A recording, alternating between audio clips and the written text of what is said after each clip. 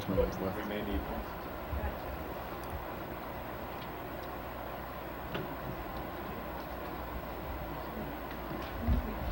It's kind of interesting standing up here in front of you because we've been talking about this type of a forum ever since last year. Actually, Phil Rhodes came up to me and said, you know, wouldn't it be nice to throw something in with the Stallion Service Auction to be of interest to people? And they came up with this idea, and then not too long ago, Carol got in touch with me and asked if I'd be interested in being a speaker.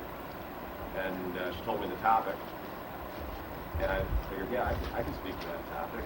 And now looking out at the people in the room, I realized that probably half the people in this room know more about the topic than I do. So I'm sure you guys will keep me honest.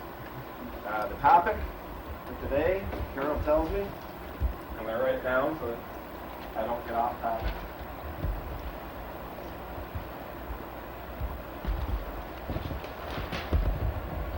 The topic for me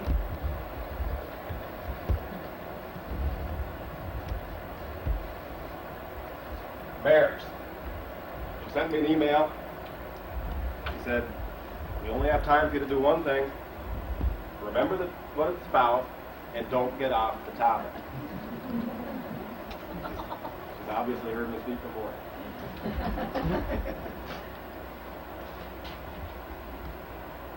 Now, before I start talking, we should probably get some ground rules down,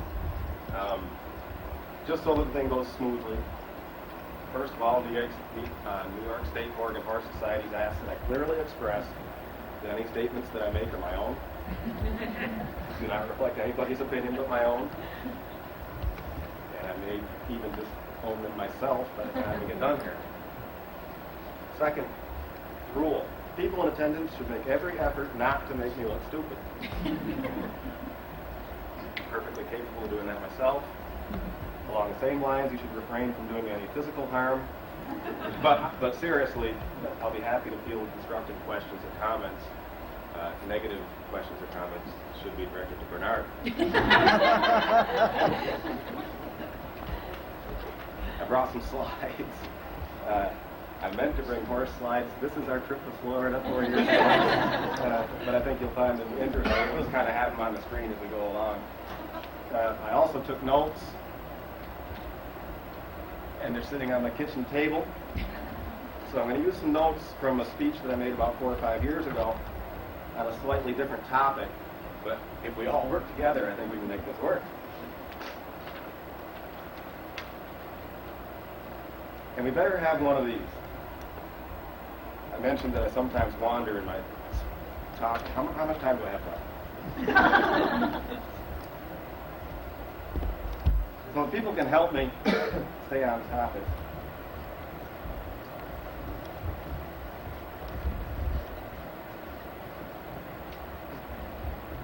I may have to have you. You may not be able to read this. What's important is that I kind of said stick to the subject. And I'll give this to Chris, and if I get way off topic, she'll hold that up, and that'll keep me a little bit humble, and I'll come back on. Okay, we're going to start.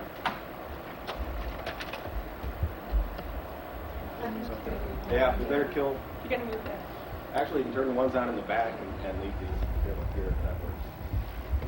We don't want people to go to sleep. That's all right. That's all right. See, I'm not. No, the lights off. Room with view. That's all right. See, my friends over here can't see the slides, but I'm real proud of this. I think it looks cool. It's got some green on there. It's got the weather vane. It's got the name of the farm. How can you hate this thing? We're going to talk about mares. We're going to talk about them in context of a breeding program. So in order to do that, I think we have to establish a few fundamentals about the breeding program itself.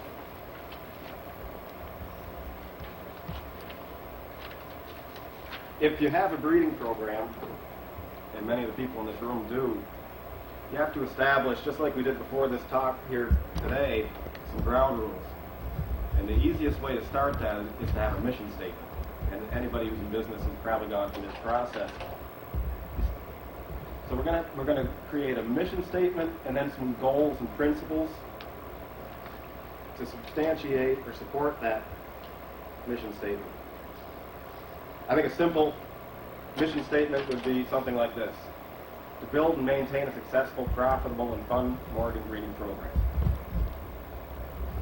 simple, concise, easy to understand.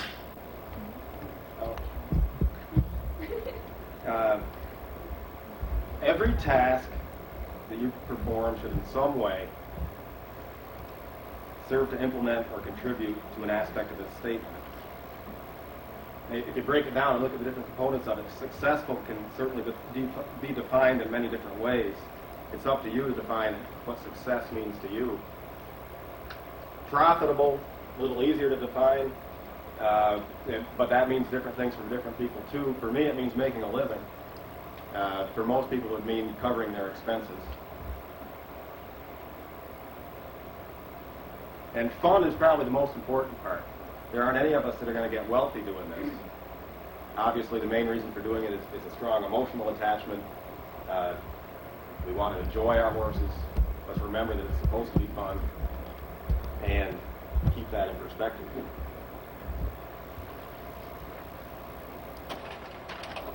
And we're going to talk about some guiding principles. And a lot of these, no, there's not a lot of them, don't worry, I'm not going to bore you with that. Several of these are more observations than actual guiding principles, but it sets the tone and it leads us into the discussion about mares. The most successful breeders have established over time an identifiably consistent look to their horses. Think about that for a minute.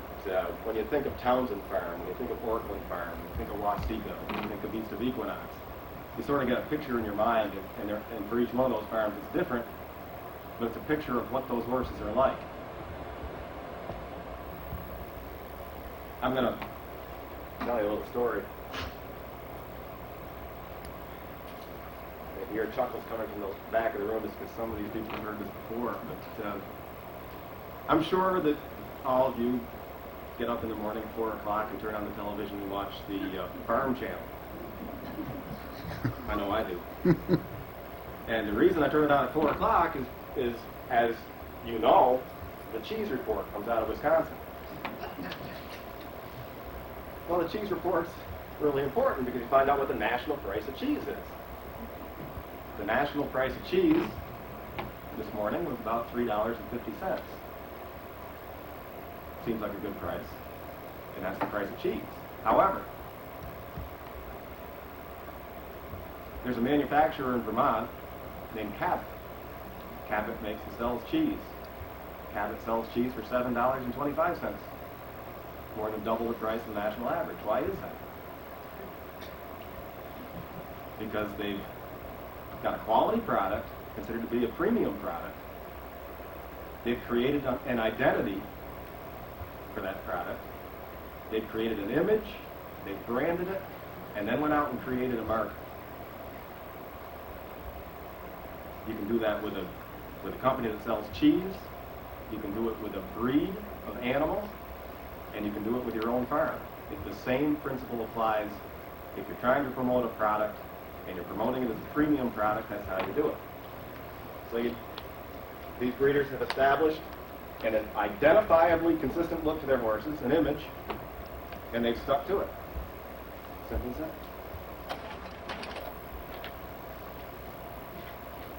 Another guiding principle: it takes so long to effect change in a breeding program that a breeder necessarily has to assume long-term goals and projections. It may take as long as 2 or 3 generations to start seeing the fruits of your hard work. Sometimes it's difficult to be patient. You see other farms producing other different things. Fads come and go, trends come and go, and you're just not seeing that change in your breeding program. Quite often, you can take advantage of the generations of breeding done by other established breeders with similar goals to your own, and use what they've done as part of your program to bring you to a different point and still have the kind of consistency that you're looking for. Be true to your own vision, ideals, and standards, because ultimately you're the one that's going to live with your horses day in and day out. This talks a little bit about trends, fads. Don't be enticed into following trends that don't reinforce your ideal image for your operation. Trends come and go, and it's possible that by the time you've effected this change to your herd, it may no longer be in vogue. If the trend is consistent with your ideal image, then by all means, go for it.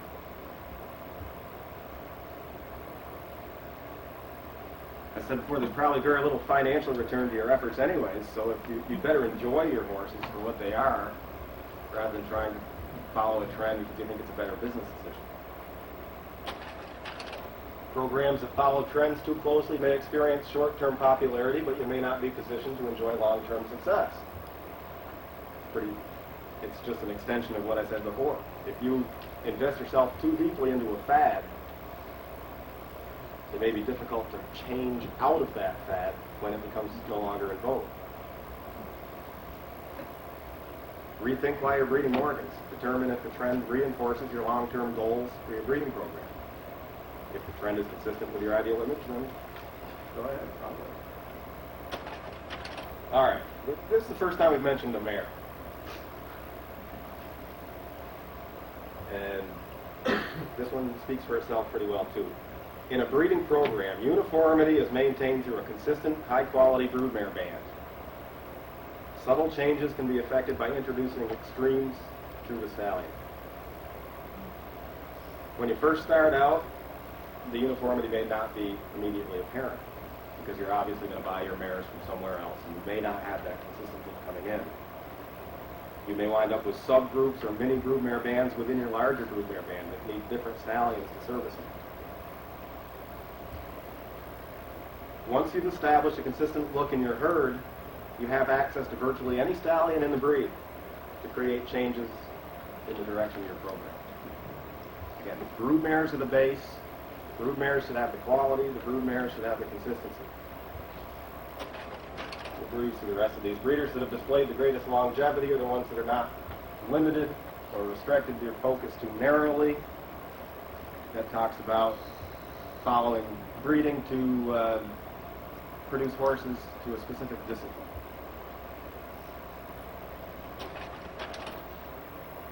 Specialization tends to create the greatest deviation from breed standards.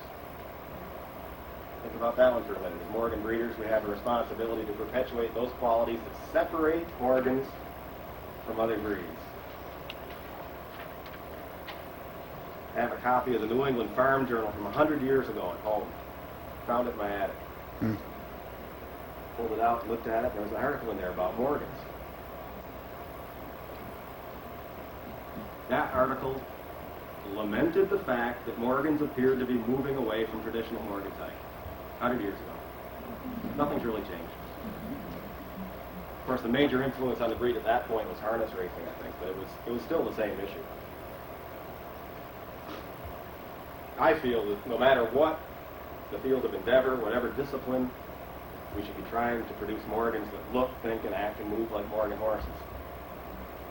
I don't think it serves the future of the breed well to produce sport horses that are poor copies of thoroughbreds, show Morgans that are poor copies of saddlebreds, or reining horses that are poor copies of quarter horses.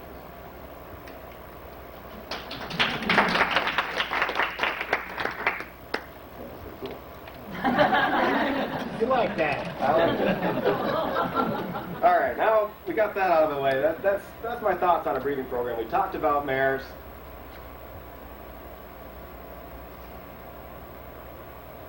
I'm going to use my breeding program as an example as we go through this, and there'll be some actual pictures of horses, I'm sure. It'll be interesting to see what happens. When you think of East of Equinox Farm, you might think of the stallions. I mean, people certainly do think of the stallions. We've had some great stallions over the years. This is Bald Mountain Ebony Knight. Many years ago, that's my father holding him. Started East of Equinox Farm.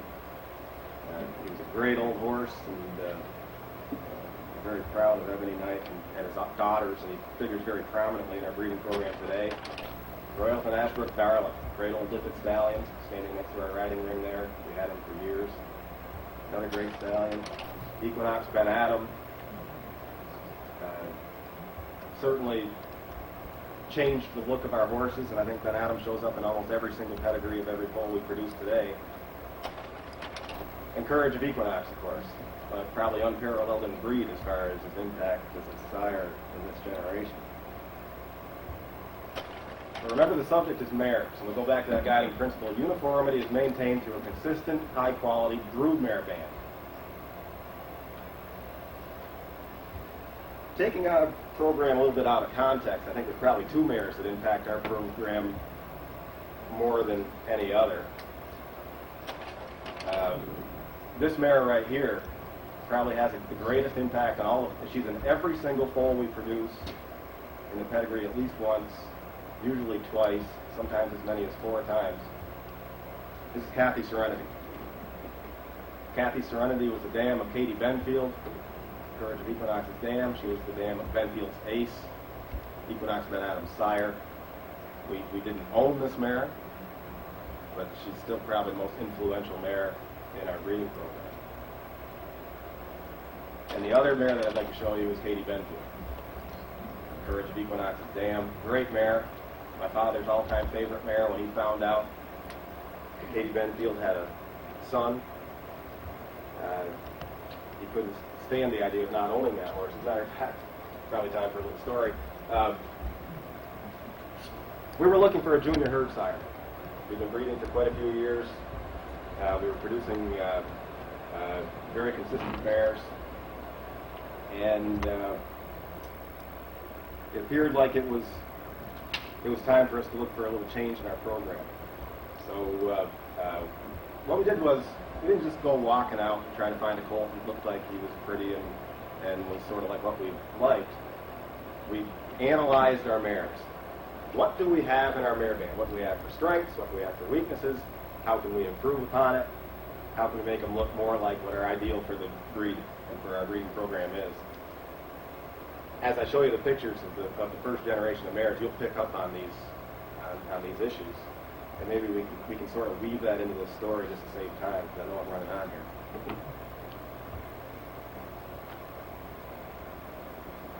Let me start out, remember that little beginning of the story. It's going to become part of the thread.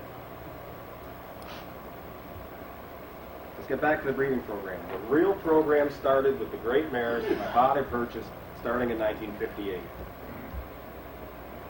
They were some of the best mares available in the breed at the time. Matter of fact, we set record prices at auctions, picking them up. Nothing like what horses are receiving for prices today, but you might recognize some of these names. There were Lippets, Royalton Darcomia, Royalton Samantha, Royalton Debbie Darling, Lippet Ethan Georgia, Ben Don bred mares, Windcrest Starlet, Ladgay's Lady Lee. A little later on, there were some Nocturne daughters, Wasika's Bandbox, Wasika's Charm, Wasika's Theme Song.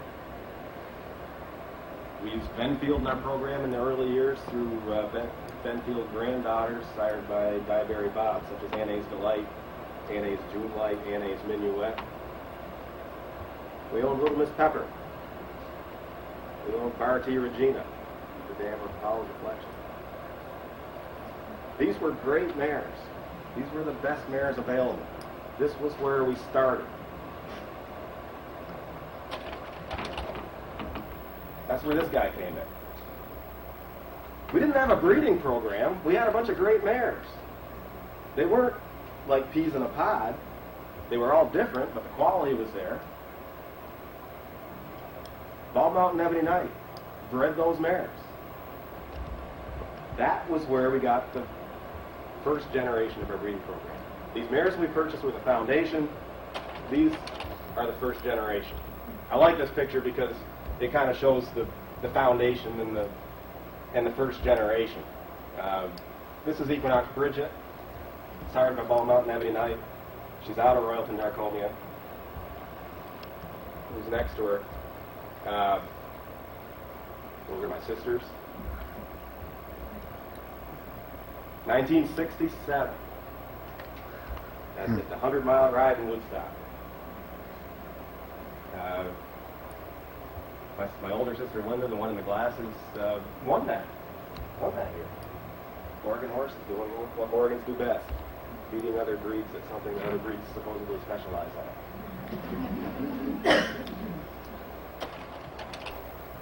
on. Okay, this is Equinox Bridget again. You just saw her on the 100-mile ride. This is the same year. This is English Pleasure, and it is 1967. It says so right there under Paul Quinn's name. Paul Quinn, you all know Polly Quinn. Paul was her husband. Paul was a great photographer. I want you to remember this picture. We won't spend a lot of time on it, but just remember that look. That's Saddle Seat. It's English Pleasure.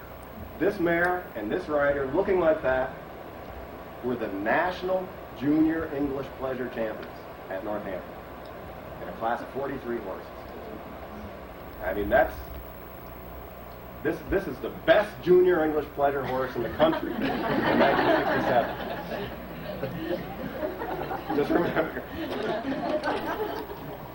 I'm showing you Bald Mountain Ebony Night Daughters. I just remember what we're doing. Equinox Bell Song is on a Rocky Christine song. Again, I was one of the foundation mares by Ebony Knight. And look at these horses and you'll see a certain consistency. Equinox, Quietly, out of Gladgate's Lady Lee. These are mostly shots when they were young horses, because by the time they were old enough to breed, they never got near a camera or a brush again. Equinox, Katie Did, out of Lipidethan, Georgia. Remember Lipidethan, Georgia? Dam was all those world champions. We owned her for a while. And her greatest contribution to our program was Equinox, Katie Did. Great mare. Had a lot of great offspring. We'll probably talk about it in a minute. But anyways, Carol asked me to talk a little bit about Golden Crosses, and I guess I will with Katie. I may do it in a few minutes, though, because we're going to look at some of her daughters. But anyways, these are the mares. These are the Ebony Night Daughters. These are the mares that made up the first generation of our breeding program. So then you stop, you look at them. They're consistent. They have the same strengths and weaknesses. So we start to analyze that, and we go to the next step. Let's finish the story we started a few minutes ago. We were looking for a junior stallion. I particularly like this picture because not only is there courage, but here's Katie Benfield looking in the picture. And this down here is 27 years ago, the guy that's sitting over in the corner. Bernard was running the breeding program at Figure Farm, where Chocolate Superman was. And of course, Katie Benfield was there to be bred. And she had courage. She was back there to be bred again, which she conceived and had Special K the next year. That's a great picture. There's a lot of history in that picture. Anyways, we'll finish the story. We were looking for a junior herd sire, and there's going to be time for another card here.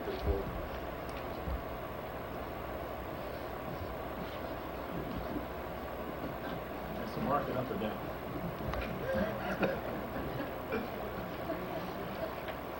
This says, "You were an idiot." And We're going to clamor to hold that card. well, that's right. What that says, that's to keep me humble, because I'm really getting out of control here. So this should be used only in very extreme situations to kind of bring you back down. Steve, you want to? Yeah, okay, we'll get this to Steve. All the school teachers. Yeah. Man, that is a bright light. Here you go, Steve. You hang on to that. Now, You or me. I hurt myself walking in front of that. Matter of fact, I think I did something to my elbow. Yeah, I did. All right, Chris, there we go. I know, there's nothing wrong with that elbow. As a matter of fact, I can do that with the other one. But I was noticing the other day that if you hang them both, and this is I look pretty doing this. I can read this. You get these things swinging, and if you really get to going and get them swinging all over which way, it looks cool. And the reason I thought that was cool, I'm Scotch. It doesn't mean I'm adhesive on both sides or that I have 80 proof coursing through my blood, although sometimes I do. It means I'm of Scottish descent. And if you've ever watched Scottish guys dance, they do that river dance stuff. The music playing, upper bodies like this, and the legs next to me. And the other legs next to me. Their legs are moving all over the stage, but their upper bodies are perfectly still. Not moving at all. It's like they're paralyzed from the waist up. And I was thinking what they should do is get a little bit of that the arm stuff going. Look at it, would look really cool. The legs are going all around, and the arms are kind of swinging like this. And pretty soon the arms are flying all over the place, and then you throw in a little bit of that. You throw in a little bit of that. 5 minutes, Ivan. Okay. 5 minutes. That's perfect. I got a head. That's why I'm doing this. You get a little bit of that Egyptian head stuff going, like this. Okay, now the reason I'm showing you all this is because I'm going to do it for you. I'm going to get the feet going, we're going to get the arms going in circles, and the head going, all right? You ready? You ready? Yep. I'm not going to do it, because I'll tell you, the last time I did that, everything got kind of a little bit out of control, and I wound up slapping myself upside the head all over the place. I got home from the convention. Looked like hell. 2 black eyes, a fat lip. I walk in, and nobody even noticed. Because that's the way I look after every time I come to one of these things. You're all going to hate me by the time I'm done. All right, moving right along. We bought Courage of Equinox. The story's a lot shorter than I thought it was going to be. The results of that, we'll see in the next several mares. Equinox Copycat shows a totally different look than what we had before. It built on what we had before, the great shoulder, the nice feet and legs, the pretty head, but instantly we got the things we were looking for: a longer neck, stronger rear end, and more length of leg. Equinox Cicada. Shown here is a 3-year-old. You may recognize the guy home there, even though you can't see his face.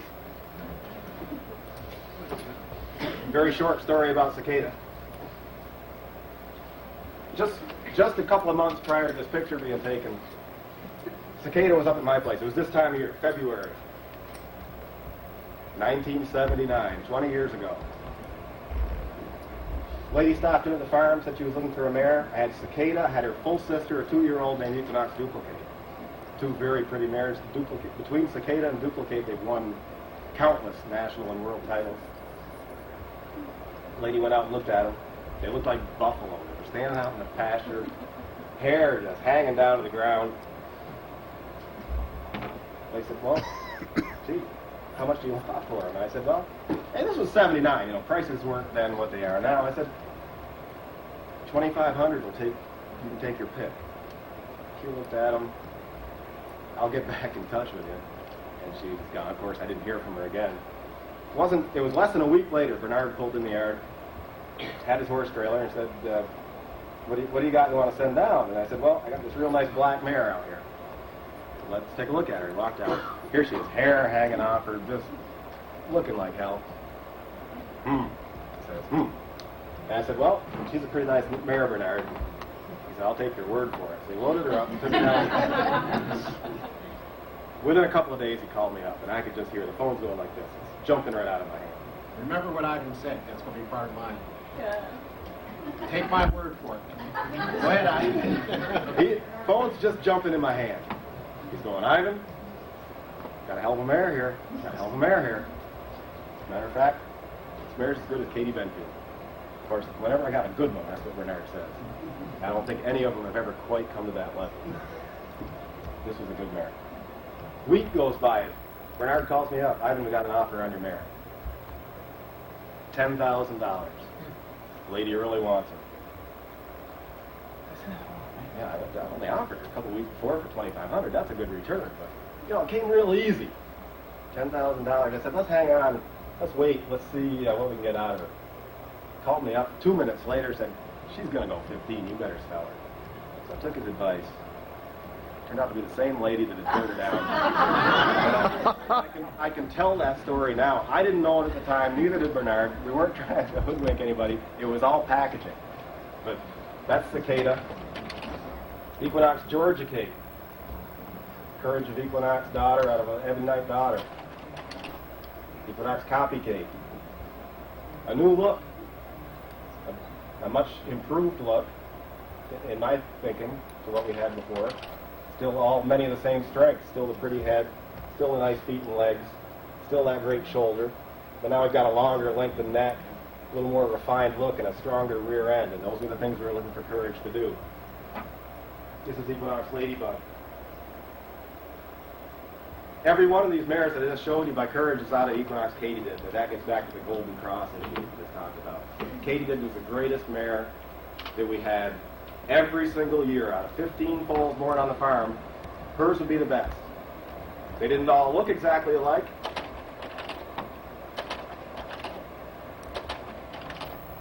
But the quality was always there, the consistency in the quality, and the basic parts fit together the same way. They're smooth, right from the ears all the way to the tail.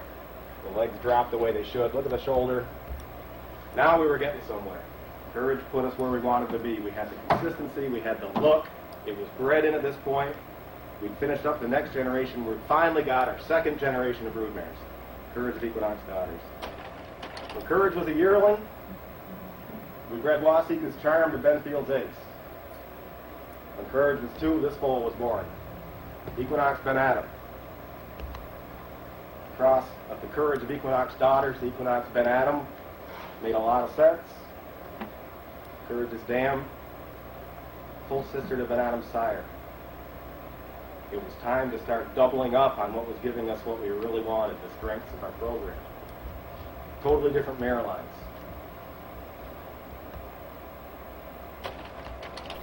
The Ben Adam daughters, Equinox Victoria, out of Equinox Juliet.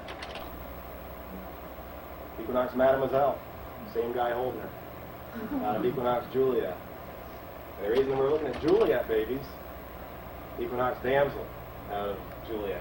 I want you to think a little bit. Remember that picture of my sister Pam riding Juliet, or riding Bridget? Bridget back in the 60s, winning the national title. Well, Bridget was the dam of Juliet. Juliet was by Courage out of Bridget. These are Juliet's offspring. This is Equinox Damsel. As a 3-year-old at Oklahoma, winning the World 3-year-old English Pleasure Championship. That's the same class. That's the junior English Pleasure. That's the same class that mare was in just 20 years earlier. Look at how things had changed. We didn't follow any fads or any trends. We kept striving for our ideal. The breed was changing at the same time, but they came together. We didn't create this look. We didn't follow it. We just stayed diligent. We stayed honest to our goals, and things came together, and that's how it's supposed to work. One more Ben Adam daughter, Equinox Kathy. I'd like to show you Kathy just because she's out of one of those great Katie did mares, out of Katrina. Golden Cross continues. So this is the 3rd real generation of brood mares in our breeding program. The 4th actual generation, but the 3rd real generation of brood mares that we can call consistent herd. Now what do you do from there? Well, you know, you stay true to your ideal.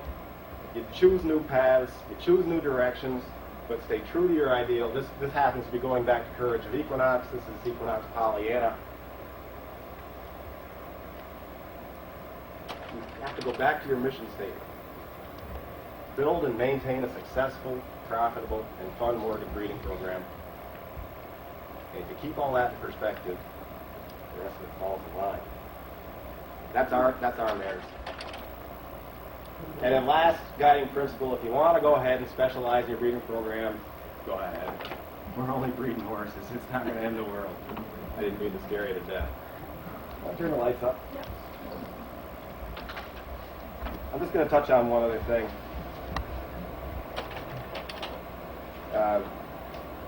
Because we're going into the veterinarians part of this. Carol had asked, I guess she'd gotten in touch with Jeff, and asked if he was going to talk about breeding confirmation at all.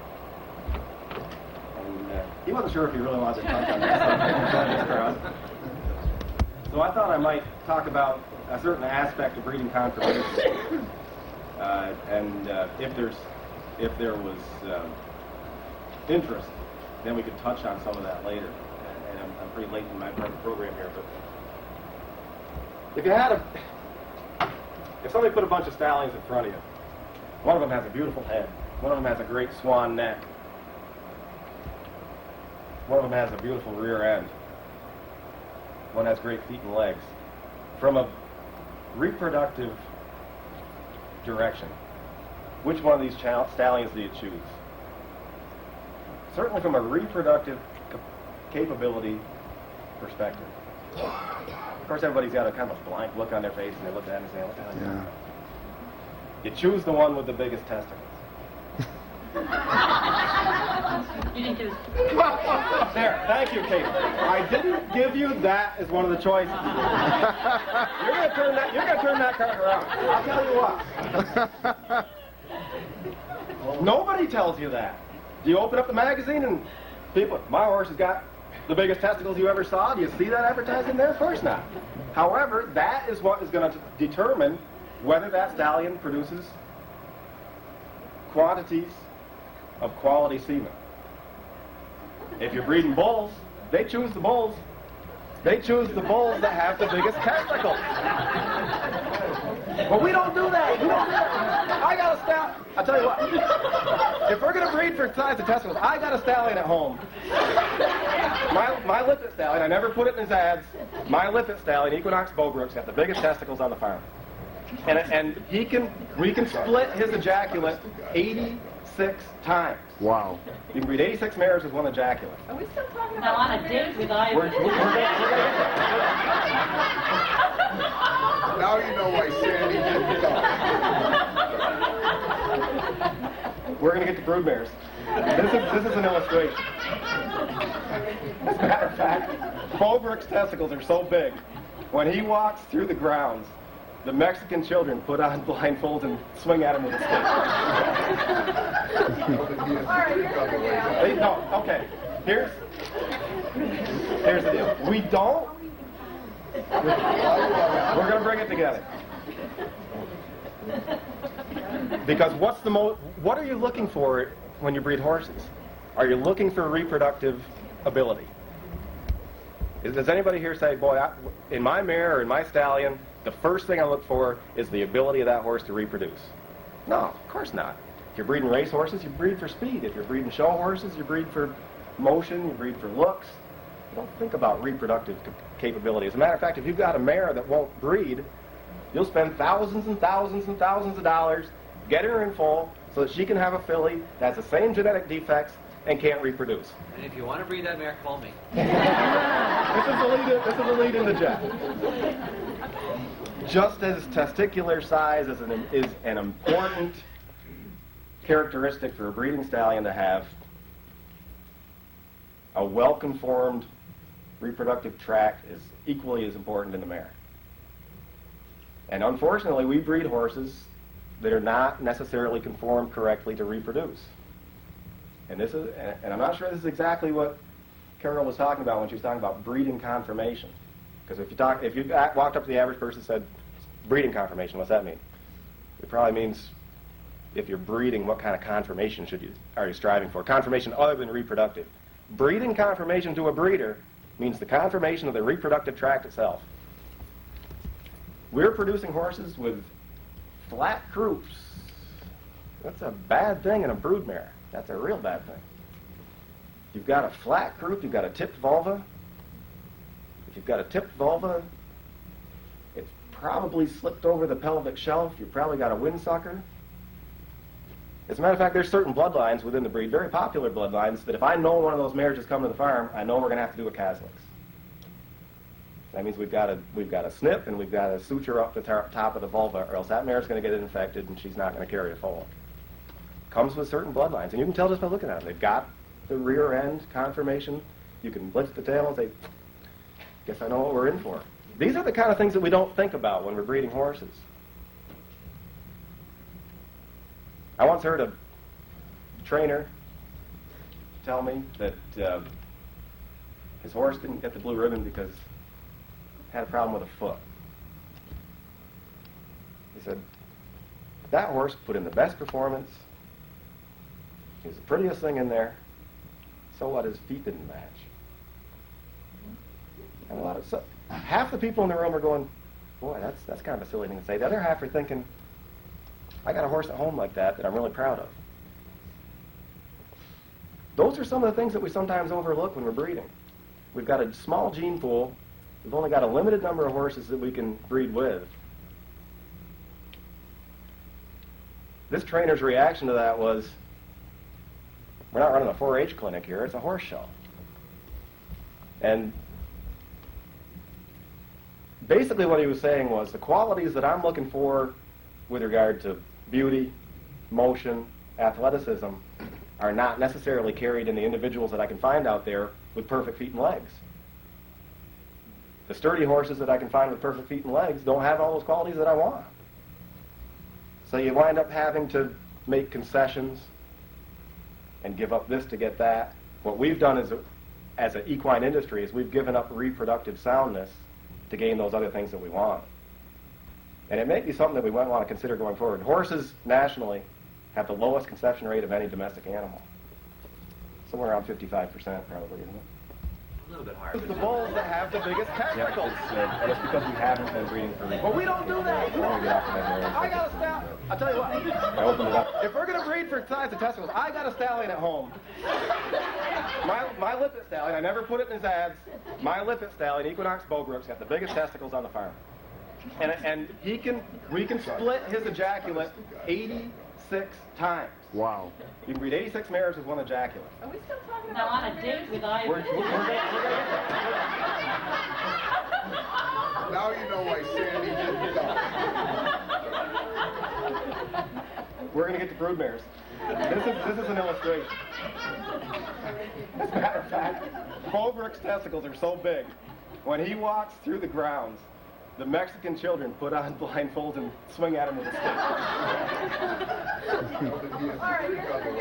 No, okay. Here's the deal. We don't. We're going to bring it together.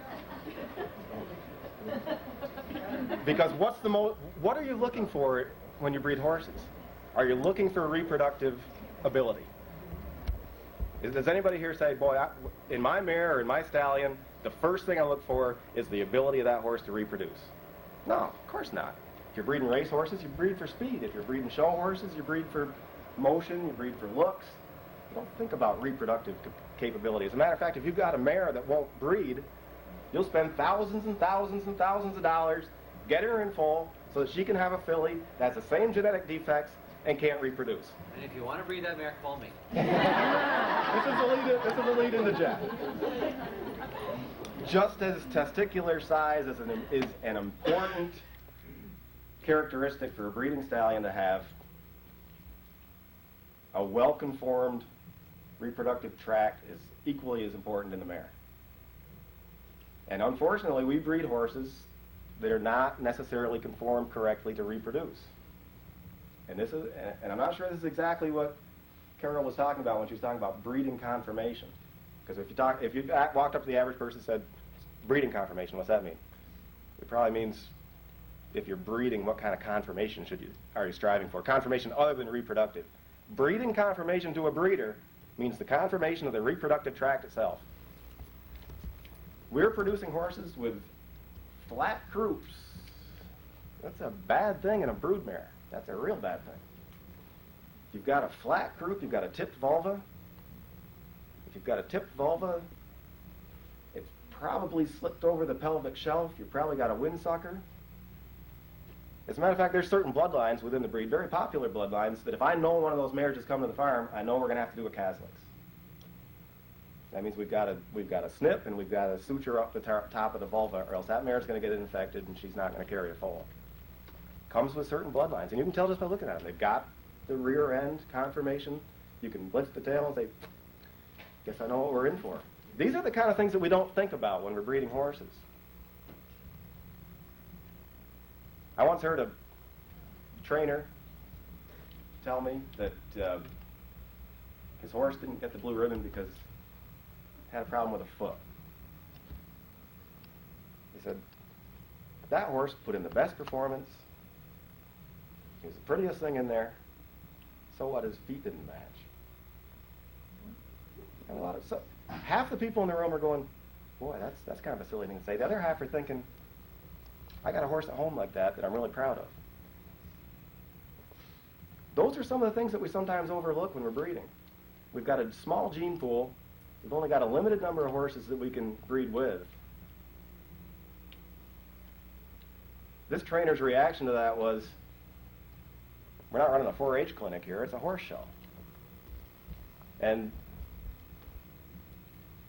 basically what he was saying was the qualities that I'm looking for with regard to beauty, motion, athleticism are not necessarily carried in the individuals that I can find out there with perfect feet and legs. The sturdy horses that I can find with perfect feet and legs don't have all those qualities that I want. So you wind up having to make concessions and give up this to get that. What we've done as an equine industry is we've given up reproductive soundness to gain those other things that we want. And it may be something that we might want to consider going forward. Horses nationally have the lowest conception rate of any domestic animal. Somewhere around 55% probably, isn't it?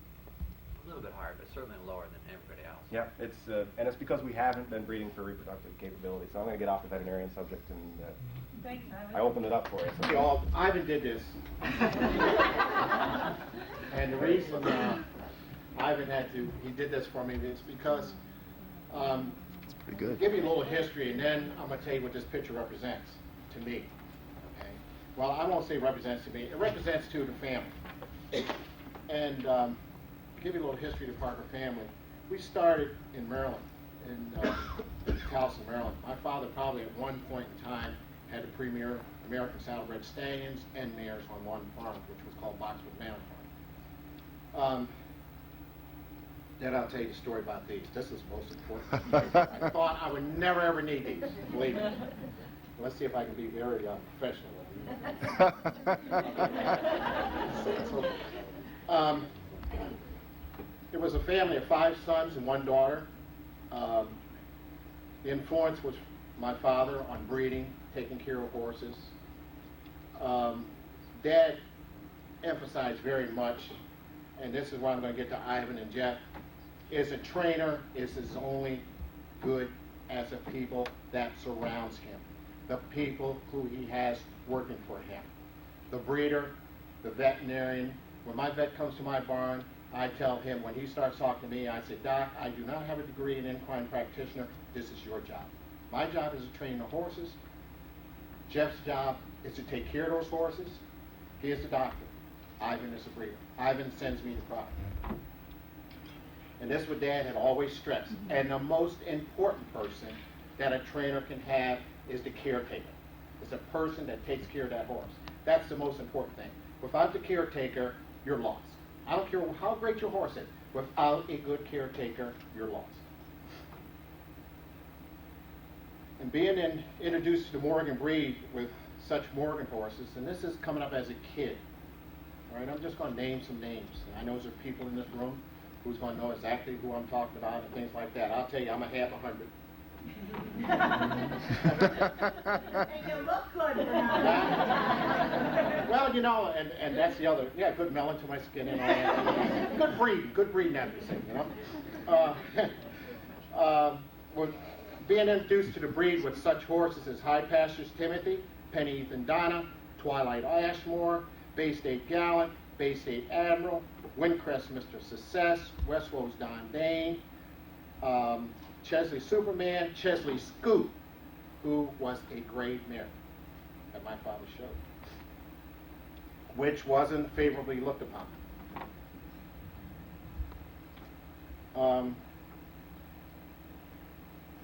Hanover Super Love, Hanover Super Lady. Ivan, why did your father sell Liberty in Georgia? I'll never know to this day. He died. Windcrest Ann, Windcrest Lady Luck, Oakwood's Charm, Helicon Psyche, Katie Benfield, Special K, Benfield's Ace Gallantly, Paramount's Highness, Paramount's Delight, Paramount's Emperor, and I could just go on and on and on. These are horses that passed through Joe Parker Stables. And my father used to always said to us, he said, look at the horses as individuals, because each one of them has something to offer you. Ivan talked a little bit about a horse, you know, the horse with the dish foot and why he didn't win the class. It's not going to stop a horse from being a good performance horse if he does have a dish foot. If you've got a good blacksmith, and if you're a good horse trainer, and you've got good knowledge of what a horse is. Okay? I'll lose myself here, but I'll get right back to it. I have to emphasize that a Morgan horse is a Morgan horse. And now we're going to come to this picture. In your judge's standard, this is what this was supposed to look like, but they didn't have the right machines. I had some pictures here that I want to show you. Judge's standard, this is the Morgan horse. This is the, this is the ideal that we look for. You want type, but you want refinement. You want a nice shoulder, you want a nice croup, you want your tail to come out right, you want a nice angulation to your shoulder, okay? This is all well and good. You can have a great angulation to your shoulder, but if the front leg doesn't come out properly, the horse's motion If this horse's leg comes out back here, is he going to roll out of his shoulder with a proper slope to his shoulder? Is he going to roll out of his shoulder this way, or is he going to be a trappy-born horse? If his croup falls off in the back, is he going to get underneath himself more, or is he going to leave himself behind? These are all factors that me as a professional trainer has to look for. And I want you to concentrate on that ideal.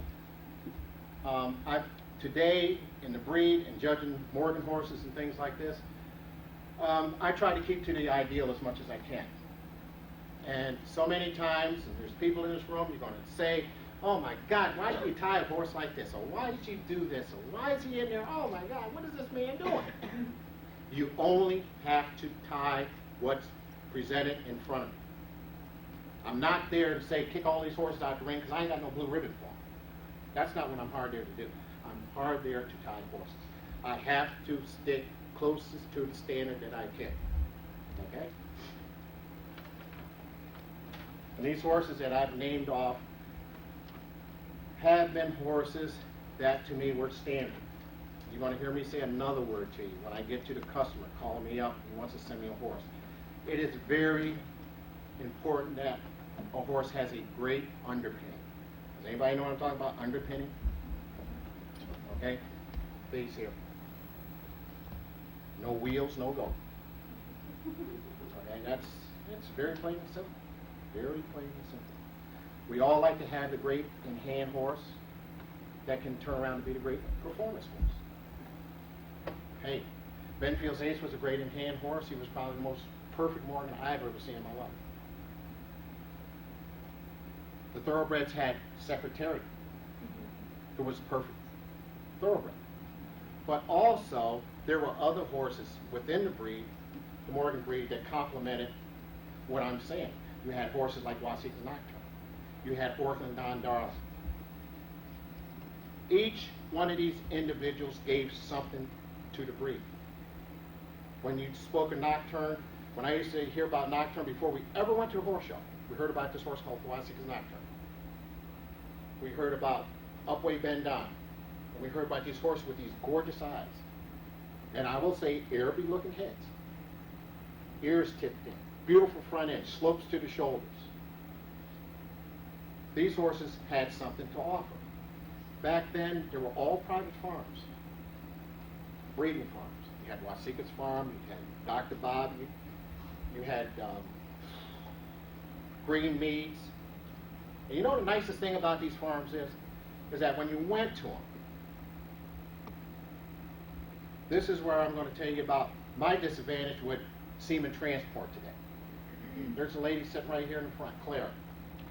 That when Claire wanted to breed horses, and when Claire wanted to go and see a stallion to breed to her mares, she would go to these farms. You didn't have transport semen then. You went to these farms, you saw babies, you saw 2-year-olds, you saw 3-year-olds, you saw 4-year-olds, and you could sit there and you could evaluate people's herds. But believe me, folks, there was never a bad word spoken about anybody else's herd. You always, as my dad always said, if you don't have a nice thing to say, don't say nothing at all. If you don't like the person's horse, you just say a nice horse. Nice color. You know, Pretty tail. we love bays, but all Morgans are not going to be bays. And I think the hardest color in the world to have a perfect Morgan horse is a black Morgan horse. To me, a black Morgan is either pretty or he's ugly. There's no in the middle. There's no middle. And that's me personally. Bay horses, there's so many shades of bay. I had some people tell me this is a bay horse, and it looked like a seal brown to me. It looked like a liver chestnut. But they say, no, this horse is bay. And by going on these farms, you saw a lot of different individuals. And like I say, I'm just telling you my life coming into this breed. I've seen how crossing Nocturne with government horses, where the shortcoming with the government horses, where Nocturne's pretty good. Okay? You could see where the government horses you could take and cross onto the Nocturne breeds, or these Jubilee King, or Tudor, and even Trophy. Trophy never really put some of the prettiest horses on the ground, but boy, could they trot.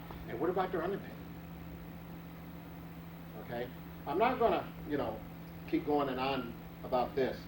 I'm just going to kind of move on. And like if I get a telephone call, a person calls me up, Mr. Parker, I have a horse, and I would like to send to you in training.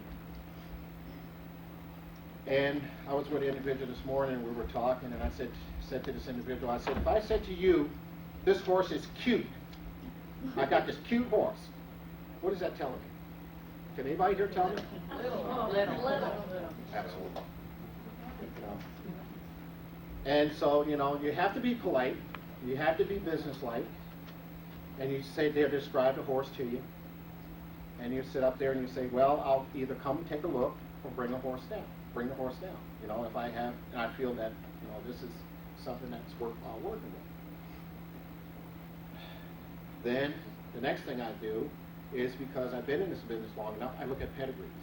I've worked enough Morgan horses to know what every pet peeve, what every pedigree, what every sire, dam, grand dam, and this and that and the other has.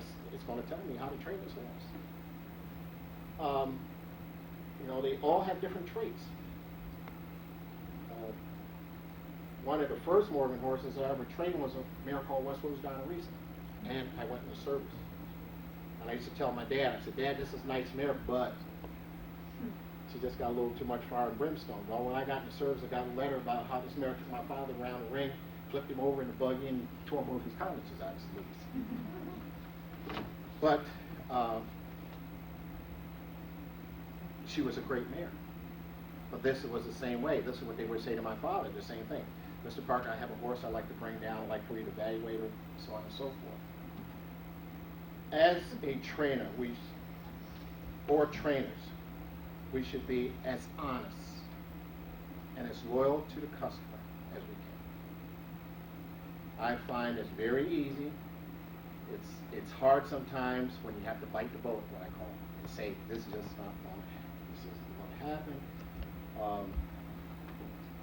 Maybe the oil bill's due at the end of the month, but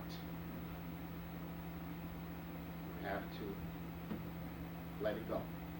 Because the longer you keep the horse, the more trouble you're going to get in.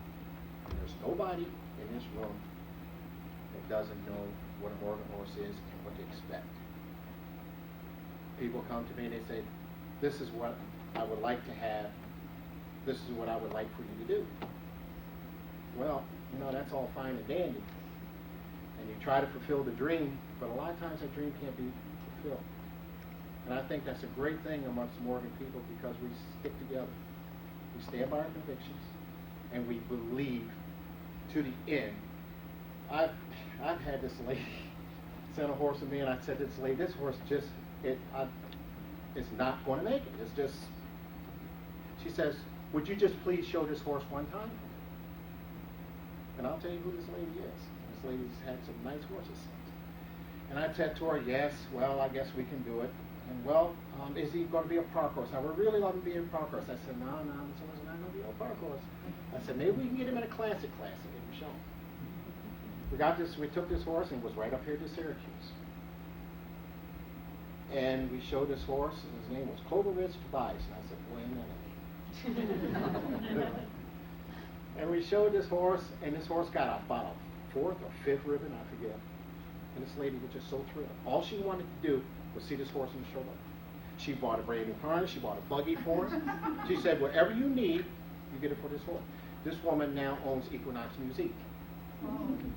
And it's, as Dad said, it's a swan song. And here's a lady that became a believer because I was honest. And you've got to be honest. You've got to be honest with yourself. You've got to be honest with the people that you deal with. And I know there's going to be a lot of questions, this, that, and the other. And I'll try to answer for you, to the best of my knowledge. But also, when you sell a horse in training, you also got to be honest with the trainer, too. I've had horses come to me and said, well, no, Mr. Parker, this horse has never been touched. So, you kind of start off with the fundamentals. Next thing you know, you put a big rig on, and the horse knows more about it than you do. This is what happens, and, in training horses. One story I can give you a horse we had come to us and came from Brown's Hospitality State. This horse's name was Trophy's Bodine. This is probably a horse that made Bernard Parker, honestly. This horse probably the one that made Bernard Parker. These people bought this horse and they just didn't know, they were just fit to be tied, they didn't know what to do, and so on and so forth. They called up, and me and my brother Leslie was kind of the guinea pigs of the barn. And the guinea pig meant that anything bad, rough, and tough, we got it. And then after we get them broke to a certain extent, Billy would take them, Julie would take them, and then they'd go off to my father. And they brought this horse, Trophy Bo Dandy, down, and there was only two places Trophy Bo Dandy was going to go. He was either going to go in Brown or he was going to be a great show horse. And they bought this horse there, and Trophy Bo Dandy was about 14.3, looked like he'd be 16 hands. The greatest thing about this horse was he had attitude. He thought well of himself. And I took him and I started. He had been trained by, I guess, a couple other people. I don't know who they were. But Trophy's Bo Dandy did everything but put the buggy on the moon. I mean, he could, what was that guy that they could put underneath the water and he'd take the chains off of him? Houdini. He was as bad as Houdini.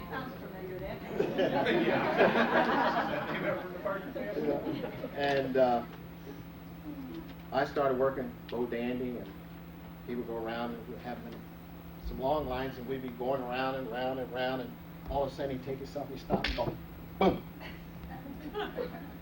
So, you know, Ringling Brothers Circus would love something like that. That's a one act. That's a one-act show.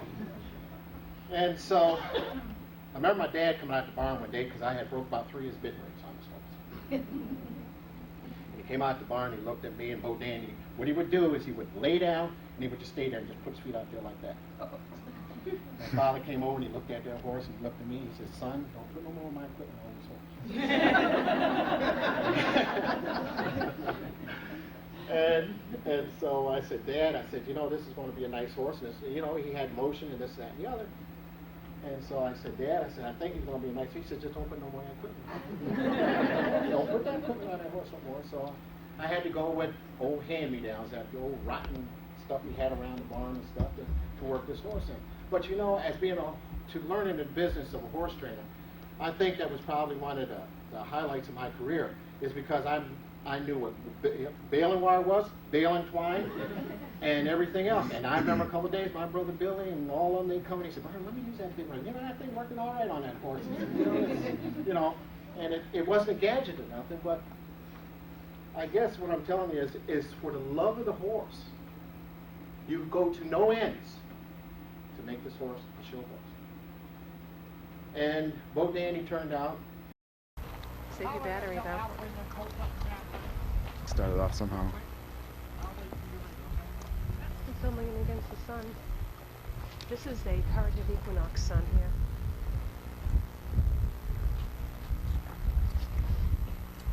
This is your horse? Yeah. How old is it? He's not a breeder. Is he a gelding or? No, he's a stud.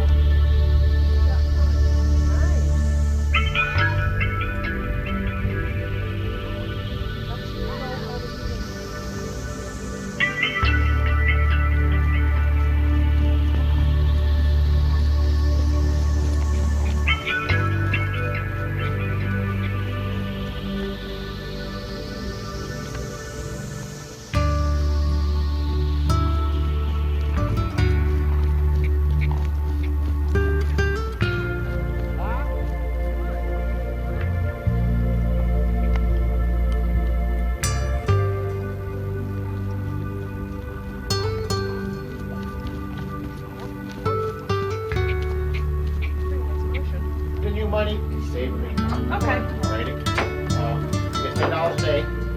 Yeah. Award. She go out to the field with the mares. She doesn't stay on the field. She's in the barn every night. She's turned out during the day. She comes in.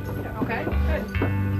Usually, my men can give you a good pregnancy check anywhere between 2 to 21 days. Oh, she bred Townsend horse. Townsend Walk TV? Yeah. Built Algiers Benjamin and Warmview DeBray.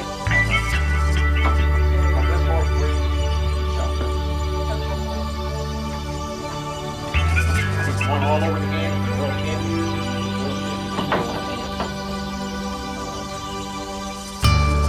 Any horse looks like Ford Apple.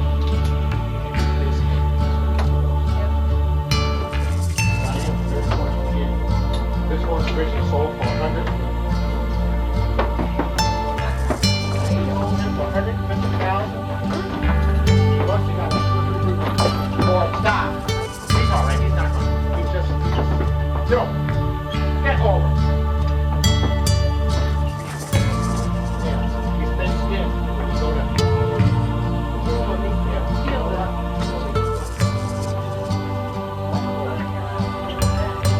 Yeah, sure. Just Diane's got control of him. Yeah, oh sure. We almost lost him, and before we got him, this horse was supposed to go to Oklahoma. This is before we bought him. And he got colic, and he had to take him for emergency surgery. When they opened him up, they found out that he was all right. And we had a couple bouts of colic with him, but other than that, he's just a big hand is what he is. Yeah, But he's a pretty bugger. He's, yeah, sure is. He's been grand champion stallion for us. He's been shown all over. He's won pleasure driving classes. He probably would have been a park horse. Stop! Diane's won with him on the saddle as a pleasure saddle horse. He reserved in the. Oh God, you got a shoe on. Yeah.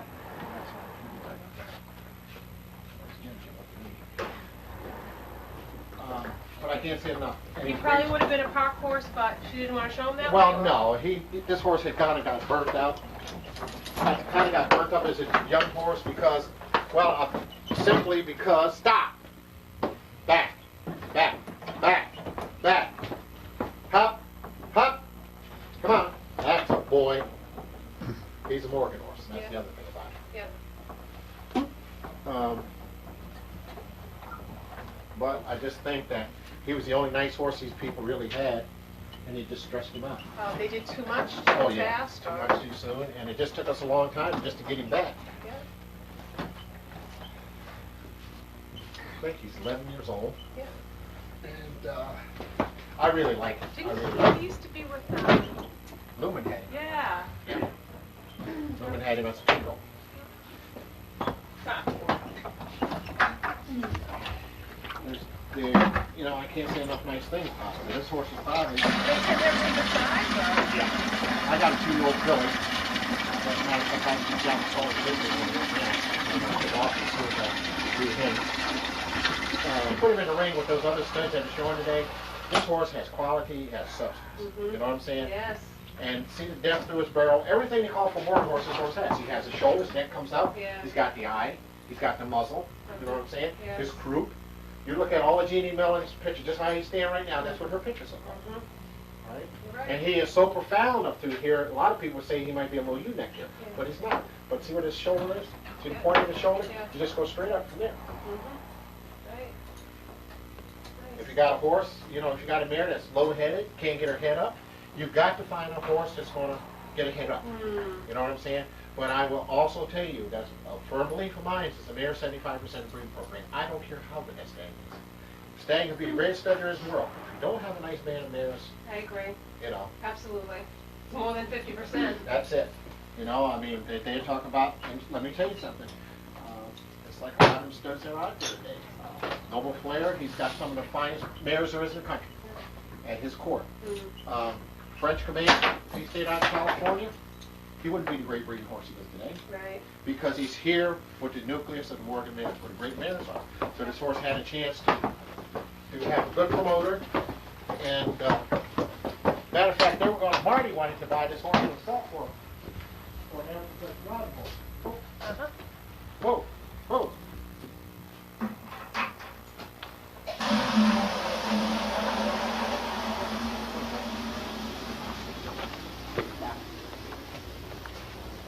Where's the tin cans at, Dan? Flashlight? I got him right here. Oh, you got 'em? 30. Just get them cans right there.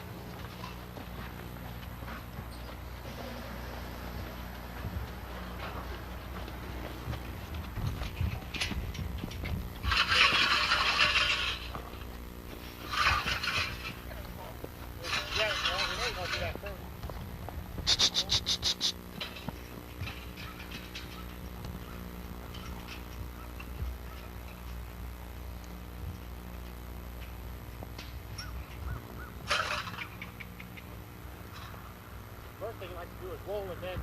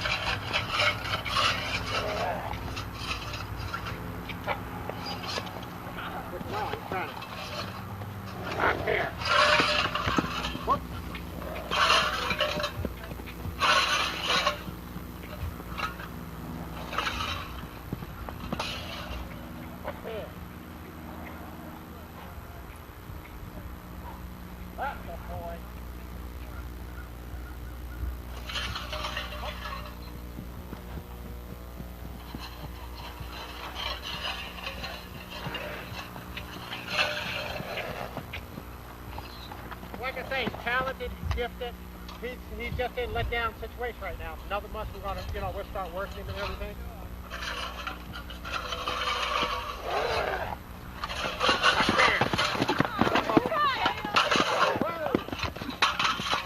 Oh boy. Now you got him.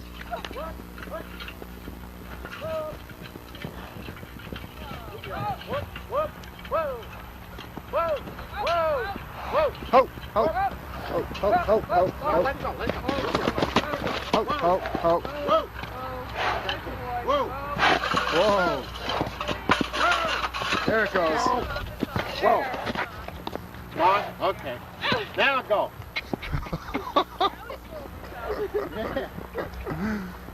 Wow. That was a pretty good trick. It could have been a lot more.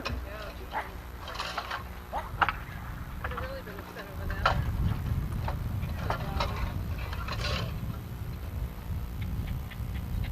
They're like, shoot. Probably. That's all right, you can stay down here. What do you think? Okay, she's a nice mare. That mare is by Topic and out of a curve dog, out of a mare called Equinox Potato. Alrighty? And she's a nice mare. Yeah, bring it down. Take the stuff off. With the white spot on her shoulder. I don't know what's that from. Before I gave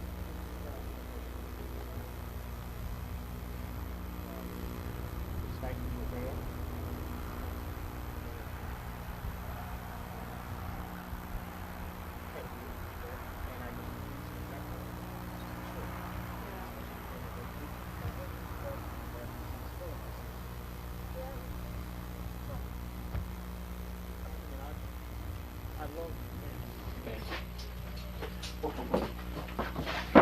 Oh, okay, you're all done.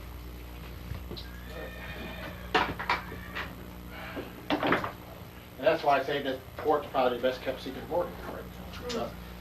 I've had a lot of calls on this here. People want to breed to him.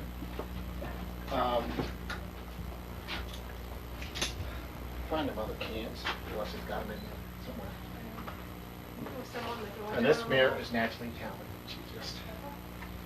But this is what I'm saying. You see how the mother. Wait, after I get this off, I'll show you a lot of things about this filly. And then you go back out there and see the mare. And then this is how you know you got a good breeding stud. See how short the mare was in a croup? Yeah. Look at this filly's croup. Hup, hup, hup. Yeah. See that? Just it's a whole completely. Well, apes. So maybe give you a little ginger. Will she be next? Can she be a world champion? Without a doubt. This mare will probably be grand champion of American Connecticut. Now I'm making a big statement. There's not a mare in the country tonight that she is. And when we took her to New England, we just kind of put her together. We less than 30 days. And she's going to be one great show horse because she just thinks that way. Don't stop, Ann. Oh, boo. Come on. That's her. Oh, oh, oh. Stop. Stop. Oh. Oh.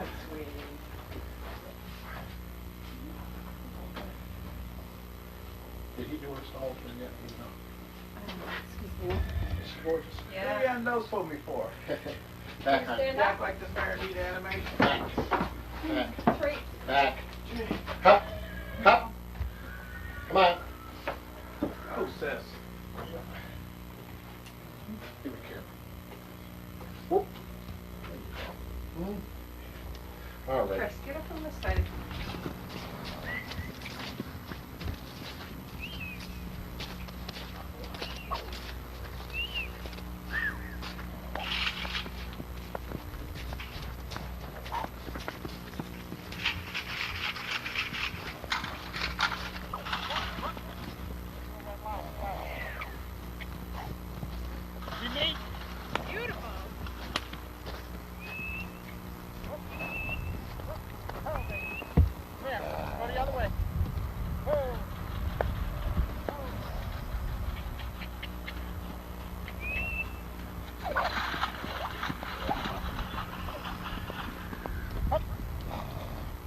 Really going to use the legs, too.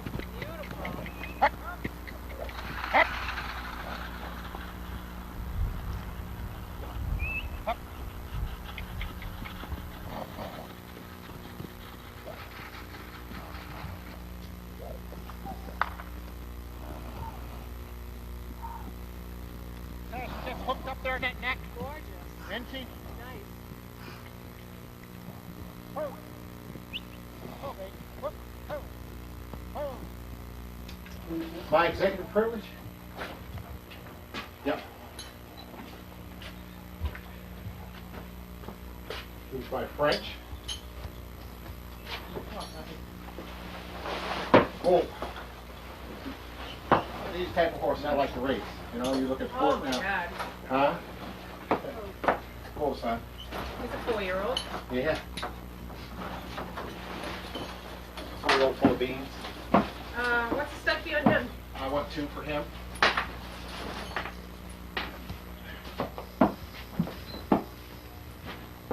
Who's the dam? Go and get his papers. Rose. He's, Wow, is he pretty? Hey. you'll be great to understand, can't you? You want to make a bet? Yeah, Huh? believe you. Cool, son. Call him Cat Bodie. Because he's just busy all the time. Yeah, sure. Wow, he's a nice size, too. Yeah. Yeah. But you know what? His mother's not big. See her eye on him? Beautiful eye. My brother just loves him.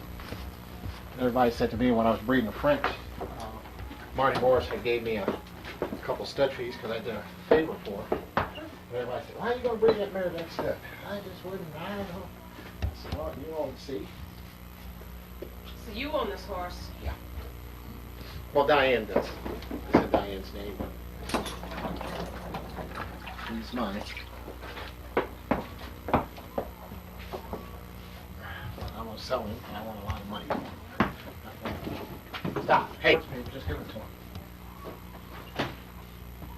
We had some people from West Springfield that wanted to breed to him. Hold on. Very impressive. Isn't he? Yeah. That's the greatest thing about him. He's an impressive horse. And as a 2-year-old, we did him working because he was just so gangly and his teeth were too soft. Yeah. So we just had to stop working. Black ribbons kissing him. Huh? Yeah, who's by? Good fitness, black ribbons,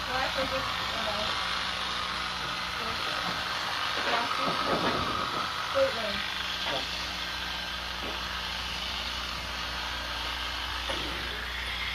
Did you take the radio with you when you went down?